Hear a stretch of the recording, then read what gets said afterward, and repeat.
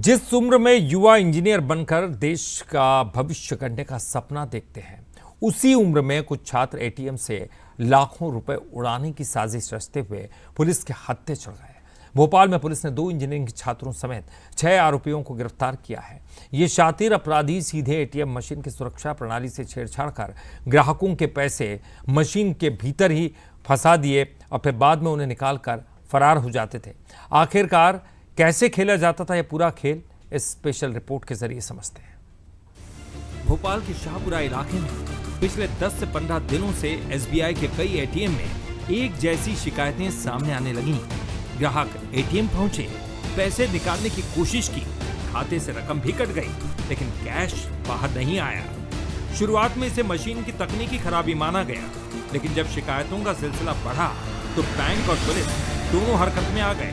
CCTV footage खंगाले तो तस्वीरें भी सामने आ गईं। रात के अंधेरे में एटीएम के बाहर कुछ चेहरे आते थे, कुछ मिनट मशीन के साथ छेड़छाड़ करते थे और फिर बिना कोई शोर किए वहां से निकल जाते थे। पुलिस ने पहचान की और 6 संदिग्धों को हिरासत में लिया। पूछताछ में पूरे नेटवर्क का खुलासा होने लगा।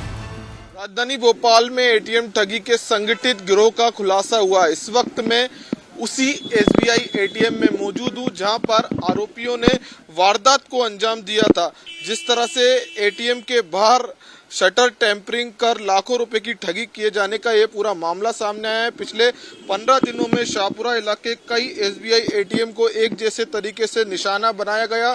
आरोप है कि आरोपी केस डिस्पेंसर के हिस्से में छेड़छाड़ कर देते थे, जिससे ग्राहकों की नकदी बाहर आने के वजह मशीन में ही फंस जाती थी। बाद में उसी फंसी हुई रकम को निकाल लिया जाता था। इस मामले में बिहार के 6 सदस्यीय गिरोह को गिरफ्तार किया गया और जिस तरह से जिसने कथित तौर पर इस पूरी वारदात की योजना बनाई, फिलहाल सभी आरोपियों से पूछताछ जारी। पुलिस के मुताबिक ये तरीका कार्ड क्लोनिंग या स्कीमिंग से बिल्कुल अलग है। इसमें न तो कार्ड की जानकारी चोरी होती है, न ओटीपी की जरूरत पड़ती है, बल्कि सीधे मास्टर की से एटीएम के कैश डिस्पेंसर से छेड़छाड़ कर नकदी पर हाथ साफ किया जाता है।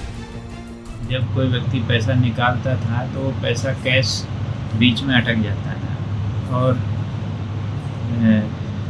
वो पैसा सही मालिक को नहीं मिल पाता था और बाद में फिर ये जाके उस पैसे को निकाल लेता था। इसमें हमें अभी तक 6 लोगों का इन्वॉल्वमेंट का पता लगा है और हम देख रहे हैं कि इन्होंने कहाँ ऐसी वारदात की होगी, वो डिटेल पूछताछ में पता लगा। गिरफ्तार आरोपियों में सोनू उर्फ विपुल, प्रिंस गुप्ता, साकिब खेता, साहिल अली, आसिफ आलम और मोहम्मद सगीर शामिल हैं।